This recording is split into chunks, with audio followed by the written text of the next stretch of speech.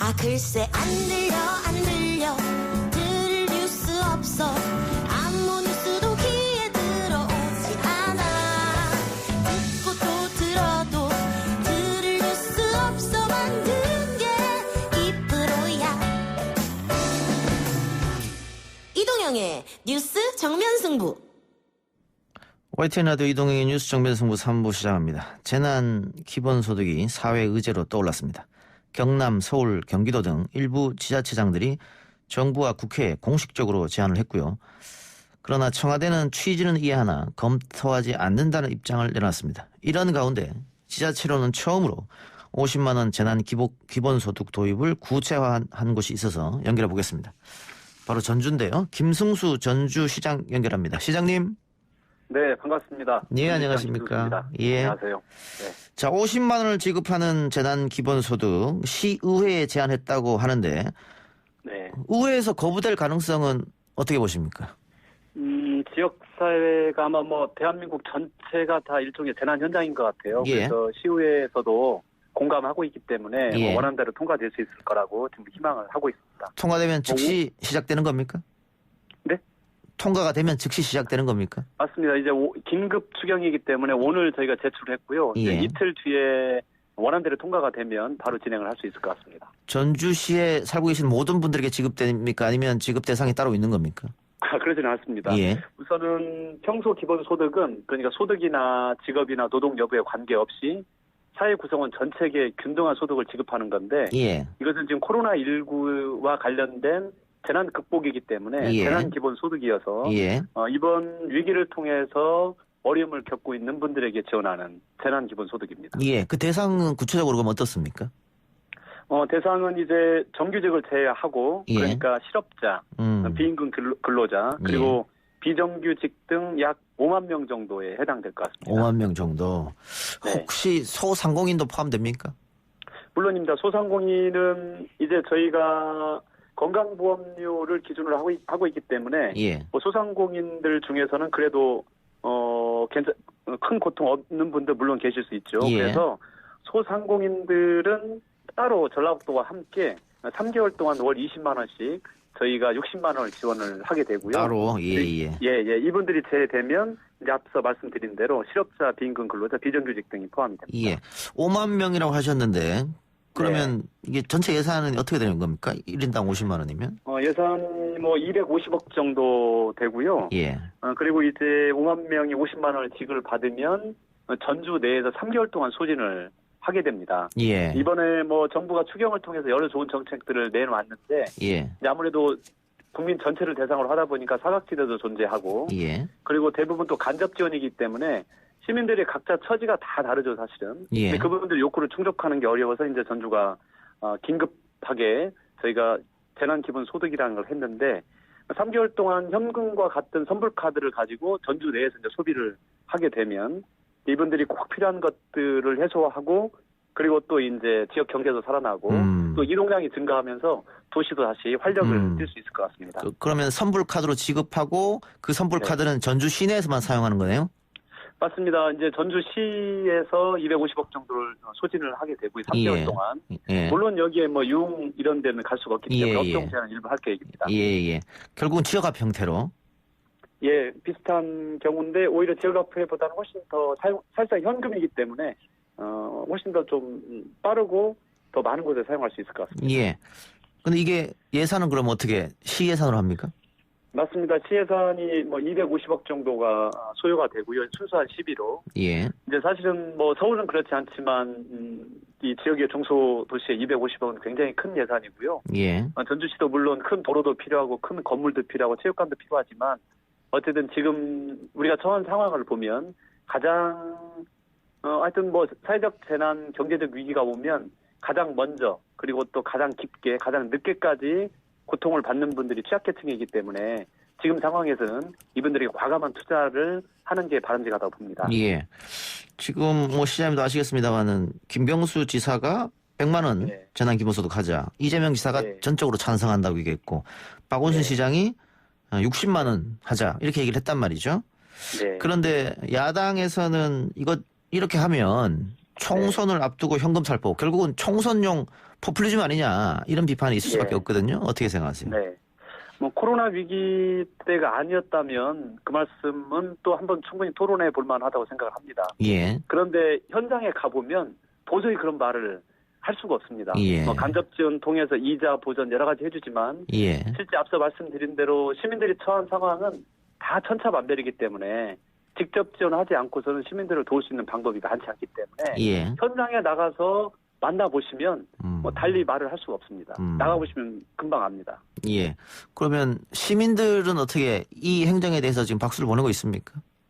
물론 이제 뭐 포퓰리즘이다, 뭐 차별화의 그런 분들도 물론 계십니다. 그렇지만 이 어려운 시기에 정규직 고소득층은 그래도 좀 자생할 수 있는 여력이 있는 반면에 예. 앞서 말씀드린 대로 경제위기나 사회적 재난 때는 취약계층이 훨씬 더 심해가 크고 경제위기가 극복한 다음까지 더 계속 지속되는 게 예. 그 사회적 취약계층이기 때문에 이번 재난기본소득의 핵심 가치는 사회적 연대입니다. 사회적 예. 우정. 그래서 이 어려울 때 동의해 주시고 또 위로해 주시면 우리 사회가 거대한 우울에 빠지지 않습니까? 예. 어쨌든 그런 걸 해소하는 그런 중요한 정책이 될 거라고 봅니다. 예. 전주 인구가 지금 60여만 명쯤 되나요? 예, 66만 명이고요. 예. 전주는 뭐 1년에 1,000만 명 이상 관광객이 오는 관광도시기도 하고 또 많은 언론들이 주목하는 또 세계적인 문화도시기도 합니다. 뭐 코로나19 사태 때문에 관광객은 많이 줄었을 테고요, 당연히. 지금 90% 이상 줄었고요. 특히 이제 예. 전주는 관광도시다 보니까 관광객이 오지 않다 보니까 이제 사실은 도시가 완전히 정지돼 있는 거죠, 사실은. 예. 그래서 다른 지역보다도 더 이런 기본 소득이 필요한. 제가 인구를 여쭤본 거는 네. 지금 5만 명, 60여만 명 중에 5만 명한테만 혜택이 가는 거니까 네. 못 받은 분들은 나 똑같이 세금 내는데 왜 그 네. 사람들한테만 이렇게 혜택을 주냐 이런 반발이 혹시 있을까 봐 질문을 드려봤어요. 맞습니다. 뭐 그렇지만 응원하시는 분들도 굉장히 많이 있고요. 예. 특히 전주 같은 경우는 이번에 지금 그 한옥마을에서 임대료 인하를 시작을 하면서 그것도 역시 뭐 그 큰 건물을 가지고 있는 분들이 임대료를 인하해 준 게 아니고 예. 생계형 건물주들이 이제 임대료를 인하하면서 누군가 고통을 받고 있다면 나는 함께 하겠다 이런 마음이 있는 거죠, 사실은. 예. 그래서 이번 재난기본소득도 전주 시민들께서 이제 뭐 물론 비난하시는 분도 찬성하시는 분도 계시지만 어쨌든 대부분의 많은 분들은 어려울 때 우리가 함께 당신 옆에 있어주겠다, 우리가 지켜주겠다 이런 사회적 우정을 싹 틔우는 분들도 굉장히 많아 보입니다. 예. 뭐 착한 건물주 운동도 전주 한옥마을에서 시작했다고 하니까요. 네. 자, 지금 전국적으로 다들 어렵습니다. 뭐 특히 대구 경북 상당히 어려운데 예, 네. 우리 고통받는 국민들을 위해서 한마디 해주시기 바랍니다. 우선 그 사투를 벌이고 있는 의료진 여러분들께 경의를 표하고요. 또 대한민국 공직자들이 이 예. 어려운 시기에 최일선에서 노력을 해주셔서 공직자 여러분들께도 진심으로 감사하다는 말씀 드립니다. 이 어려울 때 그래도 옆에 있는 누군가 한 분이라도 있다면 예. 우리 사실은 한옥마을 착한 임대료도 물론 그게 경제적 도움도 되게 있지만 앞서 말씀드린 대로 당신 어려울 때 내가 옆에 있겠어. 이런 우정의 마음이 훨씬 더 희망을 품게 하고 사회적 우울을 해소하는데 또 다른 역설인 것 같습니다. 예. 그래서 어려울 때 함께 위로하고 격려하는 그런 멋진 대한민국 함께 만들었으면 좋겠습니다. 알겠습니다. 시장님 오늘 인터뷰 고맙습니다. 고맙습니다. 네, 감사합니다. 지금까지 김성수 전주시장이었습니다.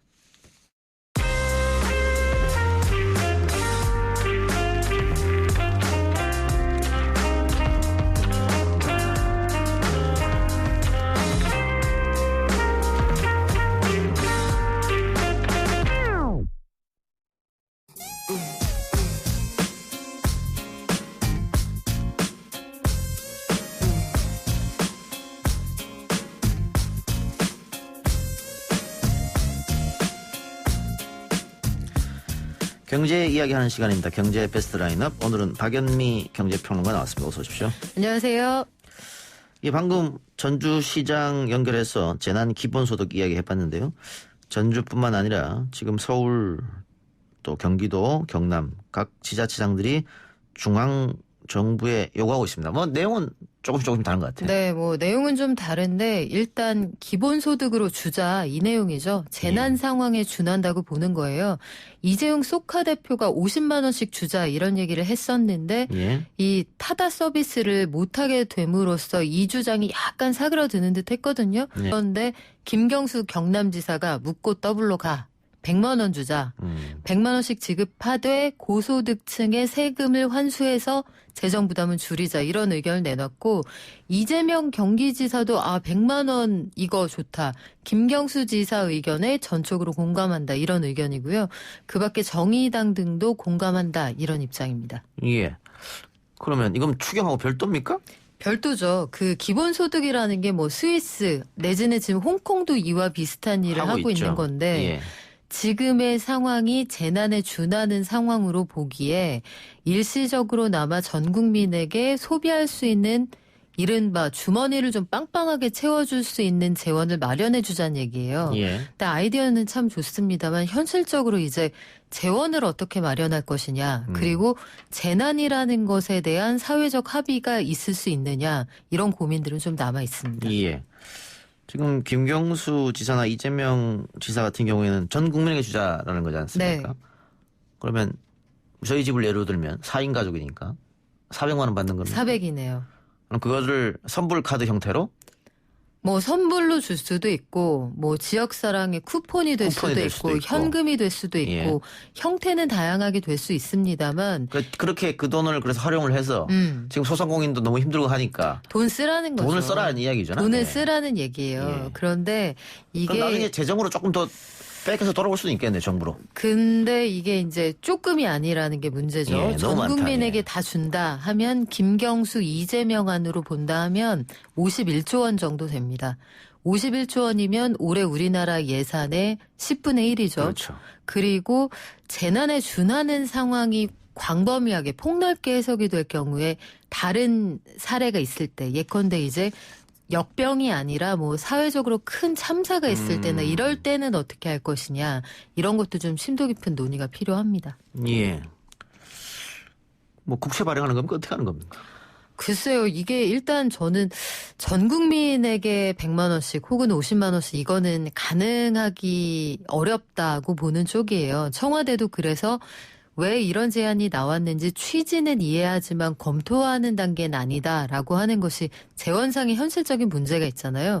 지금 우리가 소비 심리가 이 정도로 가라앉았다고 진단을 하는데도 이번에 추경을 편성하는 규모가 추경만 놓고 보면 11조 6천억 원, 재정 지원이랑 이런저런 지원을 다 합쳐도 30조 원 정도밖에 안 된단 말이죠. 그런데 이 규모가 결코 작지 않은데 51조 원을 이른바 깔아놓고 갈 수 있는 재정 여력이 될 것이냐 이거는 또 쉽지 않은 문제가 될 겁니다. 예. 네. 뭐 방법은 다양하게 있으니까요. 예. 어떻게 이 논의가 계속해서 논쟁으로 번져갈지 좀 지켜보고요. 네. 근데 IMF에서도 코로나19에 따른 충격 완화를 위해서 어떤 것들을 해야 된다 뭐 이런 네. 얘기를 했다면서요. 정부는 이미 다 계획이 있습니다. 일단 그 추경안 안에 가계에 대한 현금 지원안이 들어있는데 예. 대표적인 게 2조 원 규모의 쿠폰을 뿌리겠다는 내용이잖아요. 예. 저소득층 그리고 아동을 키우고 있는 그런 가정들 그리고 노인들이 공공근로에 참여하는데 만약에 내가 쿠폰이나 지역사랑 상품권 등의 형태로 임금을 받아가겠다 하면 얹어주는 것까지 합쳐서 이 세 군데로 나가는 돈만 한 2조 원 정도 될 거예요. 뿐만 아니라 조세 감면의 형태로도 1조 7천억 원 정도 지원이 됩니다. 예. 이런저런 거 다 합쳐서 추경 더하기 재정집행 더하기 조세 감면 등등을 다 하면 31조 6천억 원 정도를 집행하겠다는 게 정부의 계획입니다. 그럼 방금 말씀하신 세금 감면이라든가 네. 가계와 기업에 대한 현금 지원은 추경하고는 또 별도의 것이네요. 추경 안에 들어있는 안에 거죠. 들어있는 현금 겁니까? 지원안은 추경 안에 들어있는 들어있고. 거고요. 예. 그 조세 감면은 요거하고 별도인 거고요. 예. 그래서 어쨌든 합치면 30조 정도. 그렇죠. 예. 알겠습니다. 예. 뭐 전 세계적으로 지금 다 어려운 상태이기 때문에 각국이 돈을 풀려고 하는 것 같아요. 네, 일단 대표적으로 증시 폭락을 경험하고 있는 미국의 경우에는 초단기 자금을 90조 원 정도 풀어서 단기 유동성 시장이 좀 활황을 이룰 수 있게 급전이 필요한 곳에 돈이 갈 수 있게 하겠다 이렇게 입장이 정해져 있고 그 미국 금융통화위원회 FOMC가 열리기 전에 이례적으로 긴급하게 금리를 내리기도 했습니다. 결국은 증시를 살려야 한다 이쪽에 공감을 하고 있는 셈인데 아마 연간으로는 1%포인트 이상 금리를 내릴 수 있다 이런 전망이 나오고 있는 상황이고요. 뿐만 아니라 감세의 정책을 추가할 수도 있다. 중국의 경우에도 대규모 재정 집행이 예정이 되어 있고 지금 이탈리아나 독일, 프랑스처럼 다 우리와 마찬가지로 확진자가 1,000명 이상인 나라들은 아마 어떤 방식으로든지 경기 부양에 나서지 않을까 싶습니다. 미국 증시 이야기 해주셨으니까 그 오늘 97년 이후로 처음으로 미국 증시가 서킷 브레이크가 발동됐다고 하던데. 네, 현지 시간 기준으로 지난 9일이고요. 그 뉴욕 증시가 개장하자마자 7% 급락을 해서 4분 만에 서킷 브레이커가 발동이 됐습니다. 뭐냐면 증시가 단시간에 너무 많이 오르거나 너무 급락을 해서 장에 어떤 조정이 필요하다고 과열 양상을 좀 시키자는 의미로 이른바 정말 브레이커예요. 15분 동안 거래를 못하게 하는 건데 결국은 약발이 듣지 않았습니다. 이걸 발동하고 나서도 다우지수 그러니까 그 우량주들이 모여있는 다우지수는 8% 가까이 하락을 했고요. 그 밖에 나스닥도 역시 그 7% 이상 하락을 했고요. S&P도 마찬가지로 7% 넘게 급락한 채 장을 마감을 했습니다. 근데 그동안 미국 증시가 계속 사상 최고치를 경신했기 때문에 사실 9년 거의 10년 가까이 내리 상승장이었어요. 그럴 수가 없는데 돈을 워낙 많이 풀기도 했고 그 돈이 갈 곳을 찾지 못할 정도였으니까요. 그리고 트럼프 대통령 취임 이후에 대규모 감세 정책으로 한 2년 정도 재미를 봤거든요. 그런데 그게 약발이 다 한 참에 코로나19가 확산되고 있고 또 중국이 저러고 있으니까 글로벌 공급망에 문제가 생기니 미국도 이제 더 이상 트럼프 효과만으로는 버티지 못하는 상황이 된 겁니다. 근데 어쨌든 서킷 브레이크가 발동할 정도로 미국 증시가 폭락을 했는데 중국 증시는 오늘 보니까 약간 올랐고 그 우리 증시도 오늘 큰일 났다라고 생각했는데 나름 오늘은 선방한 것 같아요. 네, 하락 출발을 했다가 상승 반전을 했는데 뭐 상승폭이 되게 큰 건 아니지만 그래도 어제 그제 그러니까 최근 2거래일 동안 우리가 지나치게 많이 떨어졌다 이런 반응이 좀 있었던 것 같고요. 오늘 코스피는 0.42% 상승했고 코스닥도 0.87% 오른 채 마감을 했는데 그래도 코스피가 아직도 2,000선에 한참 못 미치는 상황이라 안심하긴 이릅니다만 환율이 11원 넘게 올랐다가 다시 그만큼 떨어진 거, 그 부분은 좀 다행스러운 부분이에요. 어제 정부가 시장에 구두 개입한 등의 효과가 좀 나타난 것으로 보입니다. 예, 유가도 지금 많이 떨어진 상태고. 유가는 거의 폭락 수준이죠. 네. 그 많은 분들이 그런 질문 하시더라고요. 우리 증시가 지금 코로나 때문에 많이 폭락했는데 반대로 지금 들어가야 되는 거 아니냐 뭐 이런. 그런 얘기는 그건 진짜 며느리도 모르는 거고 이게 하락장에서 되게 용감하신 분들이 계세요. 사실 지금 증시 상황을 보면 외국인은 내답하는데 오늘 기관이 좀 받쳤고요. 그 개인이 좀 저가 매수 심리가 좀 작용을 한 것 같은데 이게 쉽지 않습니다. 외국인은 4거래일 연속 순매도를 해서 지금 3조 원어치 이상 갖다 팔았거든요. 근데 이 사태가 정리되어가는 상황이면 모르겠는데 아직은 한 치 앞을 내다볼 수 없기 때문에 글쎄요. 저는 좀 보수적인 입장입니다. 그런데 이 주가가 이렇게 크게 떨어질 때마다 공매도 금지해야 된다. 이런 얘기 항상 나오지 않습니까? 공매도는 주식 투자하시는 분들은 아마 아실 텐데 좀 어려운 말이잖아요. 빌공짜를 써서 없는 걸 갖다 판다는 얘기예요. 이게 어떻게 가능하냐면 내가 그 주식이 없는데 추세적으로 주가가 떨어질 것 같다 하면 오늘 남이 갖고 있는 주식을 꺼다 팝니다. 만약에 오늘 주가가 한 주에 10,000원이었다 하면 오늘 나는 10,000원에 팔았는데 이틀 있다가 요거를 8,000원까지 만약에 이 주가가 떨어진다 하면 나는 10,000원에 팔았는데 8,000원에 사다 갚으면 되는 거예요. 그럼 그 사이에 나는 2,000원을 버는 거죠. 그러니까 세금 빼고요. 떨어질수록 돈을 버는 시스템인데. 그렇죠. 그런데 개인은 이걸 하기가 어려워요. 그러니까 문제는? 제도적으로 못하게 돼 있는 건 아닌데 아주 어렵게 만들어서 웬만하면 하지 말라고 돼 있고요. 기관과 외국인들은 뭐 여기에서 우리 증시를 가지고 논다 이럴 정도라서 정부가 대책을 내놨습니다. 내일부터 금융시장 안정조치로 공매도 과열 종목을 지정을 해서 요 3개월 동안 강화를 하거든요, 조치를. 원래는 공매도 과열 종목 하면 하루 동안, 다음 날 하루만 거래가 안 됐었는데 앞으로는 거래일 기준으로 10거래일 동안 거래 못하도록 그렇게 조치가 강화가 됐습니다. 근데 공매도가 문제면은 뭐 전격적으로 금지하면 되는데 안 하는 이유도 있겠죠. 공매도의 순기능도 있어요. 예. 그러니까 주가가 지나치게 급등할 때, 거품이 끼어 있을 때 이걸 좀 조정해주는 완충제의 역할을 하는데 다만 지금 말씀하신 것처럼 한시적으로 시장이 지나치게 하락장으로 쏠린다 하면 공매도를 금지한 때가 있었습니다. 특히 2008년 세계 금융위기 당시를 보면 2008년 10월부터 이듬해 5월까지 전 종목에 대한 공매도가 금지된 적이 있었어요. 예. 그리고 2011년 기억하실 텐데 이른바 피그스라고 해서 유럽발 재정위기가 터진 적이 있었죠. 예. 당시에도 한시적으로 공매도를 금지한 적이 있었습니다. 예. 알겠습니다. 좀 지켜봐야 할 것 같고요. 유가가 아까 말씀하신 대로 폭락했는데 네. 우리나라는 석유가 안 나니까 네. 좋은 거 아닙니까?